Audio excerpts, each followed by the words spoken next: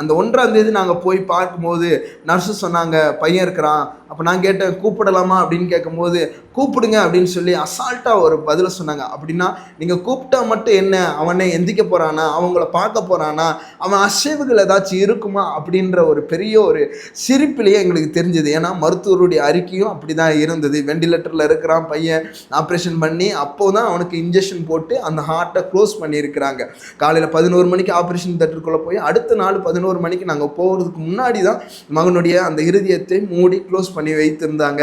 நாங்கள் போயிட்டு மகனை பார்த்து கூப்பிட்டோம், விவேகன் அப்படின்னு கூப்பிட்டோம், சிட்டு அப்படின்னு சொல்லி கூப்பிட்டோம். அவனை எந்த விதமான ஒரு ரெஸ்பான்ஸும் இல்லை. அப்போ தான் நாங்கள் மகனுக்கு சாப்பாடு கொடுப்போம். சாப்பாடு கொடுக்கும்போது ஒரு பாடலை பாடி அந்த சாப்பாடு கொடுக்கறது அவனுக்கு ஒரு வழக்கமாக இருந்தது.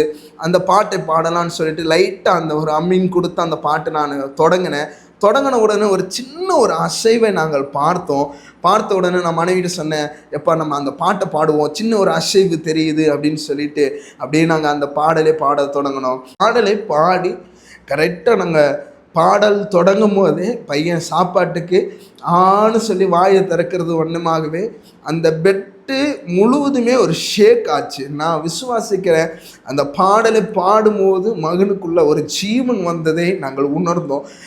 ஆயிரம் ஆயிரம் பாடல்களால் அதிசயநாதனை துதித்திடுவேன், ஆனந்த கீதம் பாடிடுவேன், நான் ஆனந்த கீதம் பாடிடுவேன்.